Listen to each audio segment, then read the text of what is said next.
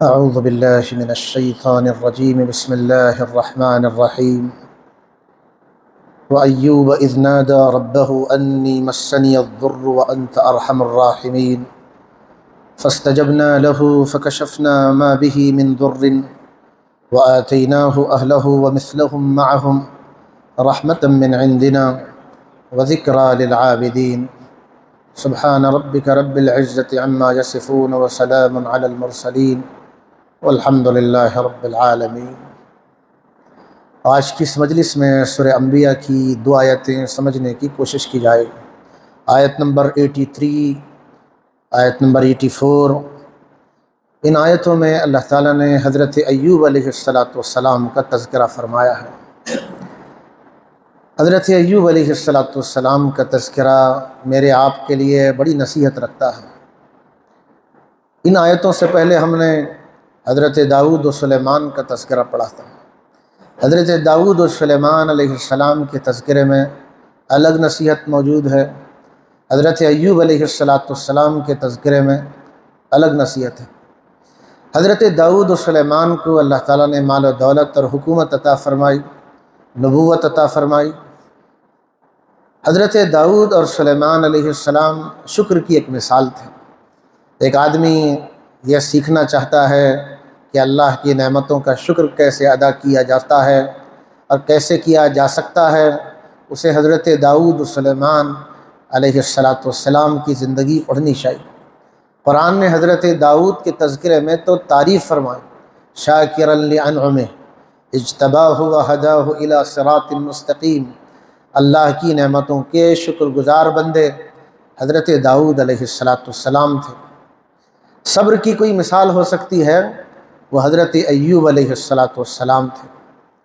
بڑے مشکل حالات سے گزرے، بیماری میں تپتے رہے، رشتہ دار دور ہو گئے، اپنے پرائے ہو گئے، اچھے دن برے دنوں میں بدل گئے۔ حضرت ایوب علیہ السلام نے جو صبر کیا ہے، دنیا انسانیت کے لیے ایک عظیم مثال ہے کہ ایک انسان کو صبر سیکھنا ہے، وہ حضرت ایوب علیہ السلام کی زندگی پڑھے۔ اگر میں اور آپ اپنی زندگی پر غور کریں تو ان دونوں امتحانات سے میں اور آپ بھی گزر رہے ہیں۔ سماج کو دیکھیں، پوری دنیا کے حالات کو انفرادی طور پر، انڈیویجول لیول پر، اجتماعی لیول پر، کلیکٹیو لیول پر دیکھیں۔ کوئی قوم، کوئی فرد، کوئی جماعت، کوئی قبیلہ کبھی ترقی کرتا ہے، کبھی تنزلی کے شکار ہوتا ہے، کبھی مال والا بنتا ہے، کبھی غربت اور حالات کا مارا بنتا ہے۔ یہ سب کیا ہیں؟ قرآن بتاتا ہے یہ سب آزمائشیں ہیں، اللہ کی امتحانات ہیں۔ کسی کو اللہ تعالیٰ عروج ہی عروج دیتا ہے، پیدائش سے لے کر موت تک وہ کامیابیاں ہی دیکھتا رہتا ہے۔ آج ایک کروڑ پتی ہے تو پھر ملینئر بنتا ہے۔ آج 4 اولاد ہے تو اولاد کی اولاد اور خاندان کی شکل میں بڑھتے بڑھتے 40 اور 50 تک بنتے ہیں۔ حسن و جمال ان کے خاندان میں چلتا ہے، وہ حسین و جمیل ہوتے ہیں۔ یہ اللہ تعالیٰ کے ایگزام کا ایک پارٹ ہے۔ کسی آدمی کو، کسی جماعت کو، کسی قوم کو اللہ تعالیٰ اس کا ڈاؤن فال شروع کرتا ہے، وہ گرنے لگتی ہے، وہ حالات میں آتے ہیں۔ پیدائش سے لے کر موت تک وہ گرتے رہتے ہیں، آزمائش میں رہتے ہیں، تڑپتے رہتے ہیں۔ ظاہر ہے یہ دونوں امتحانات ہیں۔ مال کا امتحان آسان ہم سمجھتے ہیں، سب سے زیادہ مشکل امتحان مال کا ہے۔ اولاد کے مل جانے پر ہے، عزت کے مل جانے پر ہے۔ آدمی عام طور پر یہاں سے پلٹ کر اللہ کی طرف نہیں آتا، کبھی وہ بھول کر موت یاد نہیں کرتا، کبھی وہ بھول کر اللہ کو یاد نہیں کرتا۔ کیونکہ دولت ہے، عزت ہے، سربلندی ہے، ہر اسٹیپ پر کامیابی ہے، اس آدمی کو کیا چاہیے؟ اس کے لیے تو دنیا ہی جنت بنی ہوئی۔ ایسے آدمی کو پر اگر غفلت آ جائے، وہ اللہ کو بھول جائے، وہ اترانے لگ جائے، اس کا واپس ہونا بڑا مشکل ہے۔ اللہ تعالیٰ نے یہ امتحان فرعون کا بھی لیا ہے، یہ امتحان قارون کا بھی لیا ہے، بے شمار انسانوں کا امتحان لیا ہے۔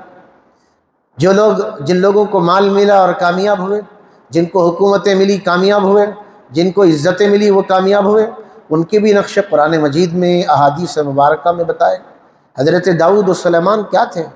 کامیابیاں، نبوت بھی ہے، حکومت بھی ہے، اور کتنا اختیار اللہ نے دیا۔ ابھی ہم نے تذکرہ پڑھ کے آئے ہیں، حضرت سلیمان علیہ السلام کے تابع ہوائیں ہیں، ہوائیں حکم کے تابع بن جائیں، کسی انسان بادشاہ بن جائے، اتنا تو اس کو بادشاہت نہیں ملتی کہ ہوائیں اس کے تابع ہو جائیں، جنات اس کے تابع ہو جائیں، یعملون لہ ما یشاء۔ حضرت سلیمان جو چاہتے تھے یہ کام جنات کر کے دکھاتے تھے، قرآن مجید میں نوٹ کر کے بتا دیا گیا۔ اتنا بڑا بادشاہ تو دنیا میں نہیں آیا جس کی حکومت ہواؤں پر بھی ہو، جس کی حکومت جنات پر بھی ہو۔ قرآن مجید میں یہ اسرائیلی کوئی روایتیں نہیں ہیں، یہ قرآن مجید میں صاف طور پر بتایا گیا۔ یہ ایک امتحان تو حضرت داؤد و سلیمان کا مال سے، حکومت سے، دولت سے، عزت اور سربلندی سے اللہ لے رہا ہے، وہ کامیاب ہوئے۔ حضرت عثمان غنی کا ہم تذکرہ سنتے ہیں، اللہ نے انہیں بھی مال دیا تھا، مال کے ذریعے وہ کامیاب بنے۔ حضرت عبد الرحمن ابن عوف کا نام پڑھتے ہیں، مال ملا، عزت ملی، وہ کامیاب ہوئے۔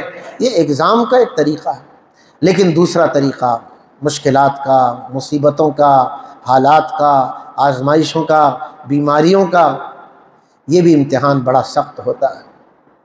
جو انسان بیماری میں مبتلا ہو جائے، جو انسان غربت کا مارا ہو جائے، جو انسان اپنی حاجت صرف اس کے دل میں رہ جائے، پوری نہ ہو جائے۔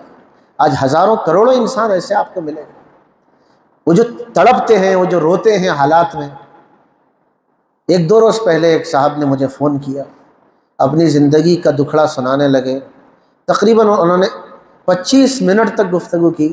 ان کی صرف بات سننے سے دل میں ایک درد محسوس ہو رہا ہے کہ ایک انسان مشکل حالات سے کیسے گزرتا ہے، اور مشکلات میں اللہ تعالیٰ ایک آدمی کو صابر دیکھنا چاہتا ہے، جیسے مال و دولت میں شاکر دیکھنا چاہتا ہے، ایسے ہی مشکل مسائل میں اللہ تعالیٰ ایک بندے کو صابر دیکھنا چاہتا ہے۔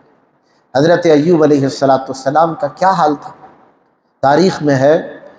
اللہ تعالیٰ نے حضرت ایوب علیہ السلام کو ابتدا میں مالدار بنایا تھا، اور بڑے حسین و جمیل تھے، خوب مال تھا، حسین و جمیل تھے۔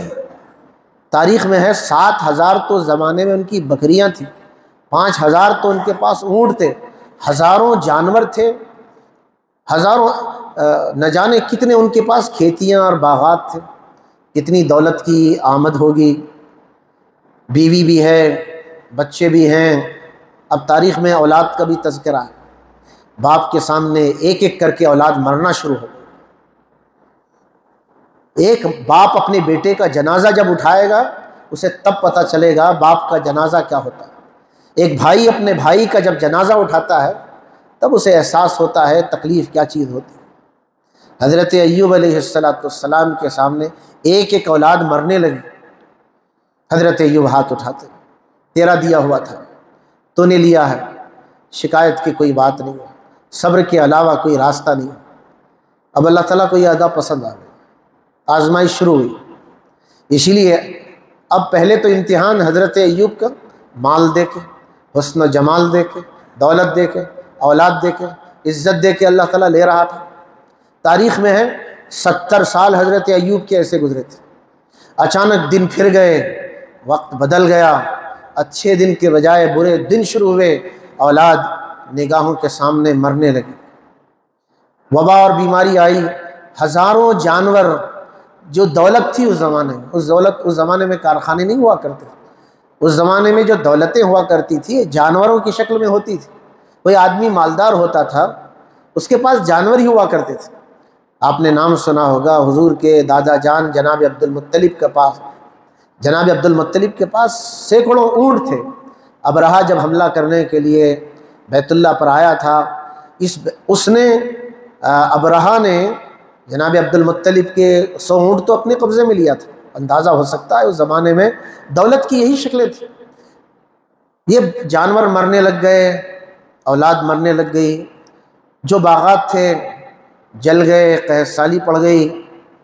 ظاہر ہے اب اچھے دن سے برے دن شروع ہو گئے، حتیٰ کہ قرآن مجید میں تو بتایا گیا ایک بیماری میں حضرت ایوب مبتلا ہوئے۔ بیماری کیا تھی قرآن مجید نے اس کا کوئی تذکرہ نہیں کیا، ہمیں بھی اس کا کوئی خاص تذکرہ نہیں کرنا چاہیے، البتہ تاریخی کتابوں میں اس کے بڑے تفصیلات ہیں۔ حضرت ایوب علیہ السلام کے بارے میں جو بیماریوں کے بارے میں لکھا گیا ہے اس کو زبان سے بولنے سے بھی ڈر لگتا ہے، نہ جانے وہ کون سی روایتیں ہیں جس کا تذکرہ تاریخی روایتوں میں ہے۔ اب ایسے موقع پر عام طور پر ہوتا کیا ہے، اور آج بھی یہی ہوتا ہے، جب کوئی مشکل وقت آتا ہے اپنے پرائے ہو جاتے ہیں، دوست نہیں رہتے، رشتہ دار بھول جاتے ہیں۔ اچھے دن تھے تو سب لوگ آتے ہیں، پیسہ ہے تو سب لوگ آتے ہیں، محبت کرتے ہیں، عزت جب تک رہتی ہے سب لوگ قریب آتے ہیں۔ جب دن بدلتے ہیں اور آزمائشیں شروع ہوتی ہیں اس وقت کوئی سلام نہیں کرتا، کوئی بات نہیں کرتا، کہیں یہ پیسے نہ مانگ لے، کہیں یہ مجبوری میں ہمارے پاس بات نہ رکھیں، رشتہ دار دور ہو جاتے ہیں۔ اور صرف حضرت ایوب کے ساتھ نہیں ہوا، آج بھی یہی ہوتا ہے، جب مشکل وقت آتا ہے لوگ ساتھ چھوڑ دیتے ہیں، اور اچھے دنوں میں ہر کوئی ساتھ رہتا ہے۔ ہمارے نبی صلی اللہ علیہ وسلم اللہ تعالیٰ کی اس پالیسی کو بتایا کرتے تھے، اشد الناس بلاء الانبیاء، سب سے زیادہ اللہ کی آزمائشیں نبیوں پر ہوتی ہیں، ثم الامثل فالامثل، پھر جو نبی کے جتنے قریب ہوتا ہے اس کی آزمائش اتنی کڑی ہوتی ہے۔ اس لیے حدیث پاک میں اشارے موجود ہیں کہ جو آدمی ایمان میں جس درجے کا ہوتا ہے اس کی آزمائش بھی اسی درجے کی ہوتی ہے۔ اور بعض روایتوں میں اس کے اشارے ہیں کہ ایک بندے کو اللہ تعالیٰ آزماتا ہے یہاں تک کہ جب وہ مرتا ہے اس حال میں مرتا ہے کہ ان آزمائشوں کی وجہ سے اس کے نام اعمال گناہ سے پاک رہتا ہے، وہ ادھر وہ انتقال کرتا ہے، وہ ادھر جنت میں چلا جاتا ہے۔ اس لیے بیماری کیا ہے؟ بیماری اللہ کے نافرمانوں کو بھی آتی ہے، فرما بردار بندوں کو بھی آتی ہے۔ عام طور پر ہم یہ سوچتے ہیں فلاں بیماری آ گئی، ارے یہ بندہ تو اچھا تھا، اس کو ایسی بیماری کیسے لگ گئی؟ یاد رکھیے گا، بیماری کے لیے اللہ تعالیٰ کے یہاں اچھا برا نہیں دیکھا جاتا۔ بیماری نمازی کو بھی لگ سکتی ہے، بیماری بے نمازی کو بھی لگ سکتی ہے۔ فرق کیا ہوگا؟ بے نمازی بیماری میں خدا کی شکایت کرے گا، نمازی خدا پر ایمان رکھنے والا اللہ تعالیٰ کا شکر کرے گا، جتنے دن گزرے تھے وہ اچھے دن تھے، ابھی چند دن مشکل کے آئے ہیں۔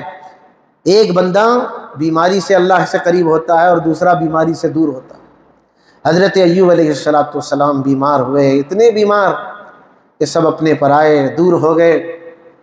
ایک وقت ایسا بھی آیا تاریخ میں 7 سال ایسے گزرے، تکلیف میں، بیماری میں، پریشانی میں، جو دولت تھی وہ سب لٹ چکی ہے۔ روایتوں میں ہے جو مکان تھا، مکان تو زمانے میں بنگلے کی شکل میں ہوگا، بنگلہ یا مکان حضرت ایوب کا گر گیا، بے گھر ہوئے، بے اولاد ہوئے، مال و دولت سب چھن گیا، بیماری میں مبتلا ہوئے۔ اب بیوی بار بار کہہ رہی ہے دعا مانگو، بڑی بیمار ہوئے، تم دعا مانگو گے تمہاری دعا قبول ہوگی۔ حضرت ایوب گھبرا رہے، کہیں ایسا نہ ہو کہ میں بیماری کے لیے ہاتھ اٹھاؤں تو اللہ کی شکایت نہ ہو جائے، یعنی شکایت کے ڈر سے دعا حضرت ایوب نہیں کر رہے۔ کئی دن تک، کئی مہینوں، سالوں تک بیوی یہی کہتی رہی اللہ کے پاس ہاتھ اٹھاؤ، مانگو دعا۔ بہت دنوں، سالوں کے بعد حضرت ایوب علیہ السلام نے دعا مانگی۔ اب جو دعا مانگی، انی مسنی الضر وانت ارحم الراحمین، تو مشکلات سے نکالنے والا ہے، بیماریوں کو دور کرنے والا ہے، رحم کرنے والوں میں سب سے زیادہ رحم کرنے والا تو ہے۔ قرآن مجید میں دوسری جگہ حضرت ایوب کی تعریف آئی، انا وجدناہ صابرا، ہم نے حضرت ایوب کو صبر کرنے والا پایا۔ یہ آسان نہیں، یہ بیان کرنا آسان اور بیان سننا آسان ہے، لیکن جو آدمی مشکل حالات سے گزرتا ہے ان حالات میں صبر کرنا اور اللہ کے فیصلوں پر راضی رہنا۔ اب ظاہر ہے ایک ایک تاریخ میں ہے، بکریاں مر رہی، حضرت ایوب شکر ادا کرے، اللہ تو نے دیا تھا تو نے لیا، گھر گر رہا ہے، اللہ تو نے دیا تھا تو نے لیا، اب اولاد مر رہی ہے، اللہ تو نے دیا تھا تو نے لیا۔ انا وجدناہ صابرا، ہم نے ایوب کو صبر کرنے والا پایا۔ نعم العبد انہ اواب، اس الفاظ کی ترجمانی اردو زبان میں نہیں کی جا سکتی جب تک آپ گرامر کو نہیں سمجھیں گے، اس اللہ کی اس تعریفی جملے کی حقیقت کو نہیں سمجھ سکتے۔ اللہ تعالیٰ نے کہا نعم العبد، سب سے بہترین بندہ حضرت ایوب تھے۔ نعم العبد، سب سے بہترین بندہ ایوب تھے، انہو اواب، وہ تو آہیں بھرنے والا، رب کو پکارنے والا تھا۔ اللہ تعالیٰ نے حضرت ایوب کے دل میں یہ بات ڈالی، دعا مانگو، دعا مانگنی شروع کی، دعا قبول ہوئی۔ اب دعا قبول ہوئی تو اللہ تعالیٰ نے وحی کے ذریعے فرمایا، یہ قرآن میں نہیں تاریخ میں بتایا کہ آپ کے قریب ایک چشمہ ابلے گا، پانی کا چشمہ ابلا، اس میں آپ غسل کر لیں، پانی پئیں، اس غسل سے آپ کی ظاہری بیماری جائے گی، پانی پئیں گے باطن کی بیماری جائے گی، آپ جیسے پہلے حسین و جمیل خوبصورت تھے ویسے بن جائیں گے۔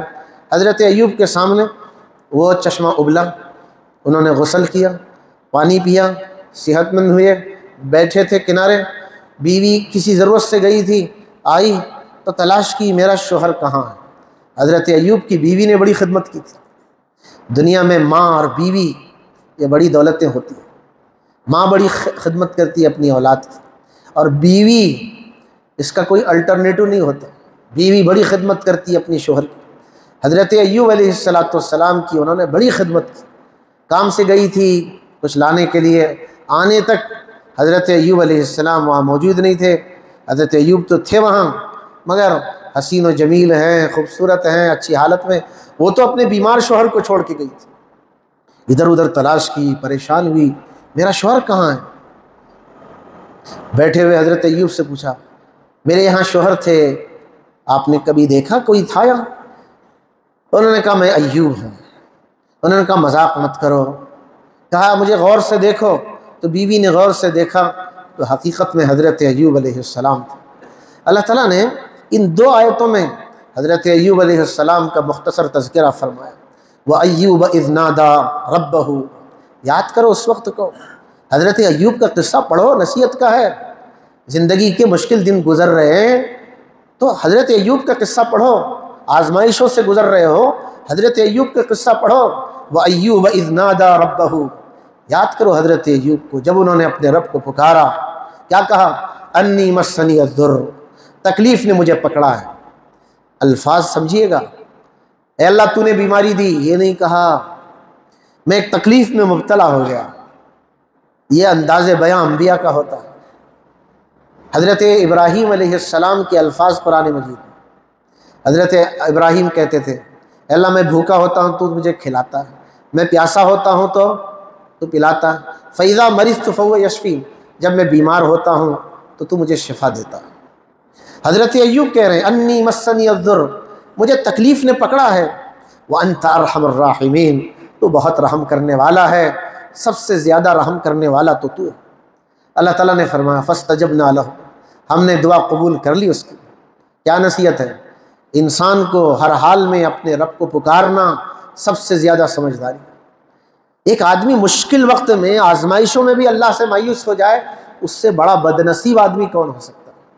جو مشکل حل کرنے والا ہے اسی کو چھوڑ دے، جو حالات بدلنے والا ہے اس سے ہی مایوس ہو جائے اور اس کی ہی شکایت کرنے لگ جائے۔ فاستجبنا له، ہم نے اس کی دعا قبول کر لی۔ فکشفنا ما به من ضر، جس تکلیف میں وہ مبتلا تھے ہم نے اس کی تکلیف دور کر دی۔ اتنا ہی نہیں، پہلے اچھے دن تھے، برے دن آئے تھے، اب پھر اللہ تعالیٰ نے اچھے دن شروع کر دیے۔ برے دن ہمیشہ نہیں رہتے، رات کا اندھیرا جاتا ہے اور وہ جانے کے لیے آتا ہے۔ ہم یہ سوچتے ہیں یہ مشکل حالات جاتے نہیں، ہمیشہ حوصلے بلند رکھنا چاہیے۔ وَآتَيْنَاهُ أَهْلَهُ وَمِثْلَهُمْ مَعَهُمْ، ہم نے ان کو ان کا گھر بھی دیا، گھر والے دیے، جتنی اولاد تھی اور اولاد دی۔ تاریخ میں ہے اللہ تعالیٰ نے دوبارہ حضرت ایوب علیہ السلام کو مالدار بنا، گھر دیا، جتنی اولاد تھی اللہ تعالیٰ نے اولاد بھی دی۔ یہ سب جو اللہ نے دیا ہے، اس کو بیان کرتے ہوئے اللہ نے یہ فرمایا رحمتا من عندنا، یہ سب ہماری رحمت ہے، جس کو جو ملا ہے وہ بس اللہ کے پاس سے ملا ہے۔ رحمتا من عندنا، یہ ہمارے رب کی، یہ ہماری رحمت ہے، ہمارے پاس کی عطا ہے۔ وذکریٰ للعابدین، یہ خدا کے بندوں کے لیے بڑی نصیحت کا سامان ہے۔ اللہ تعالی ہمیں سمجھنے کی توفیق عطا فرمائے۔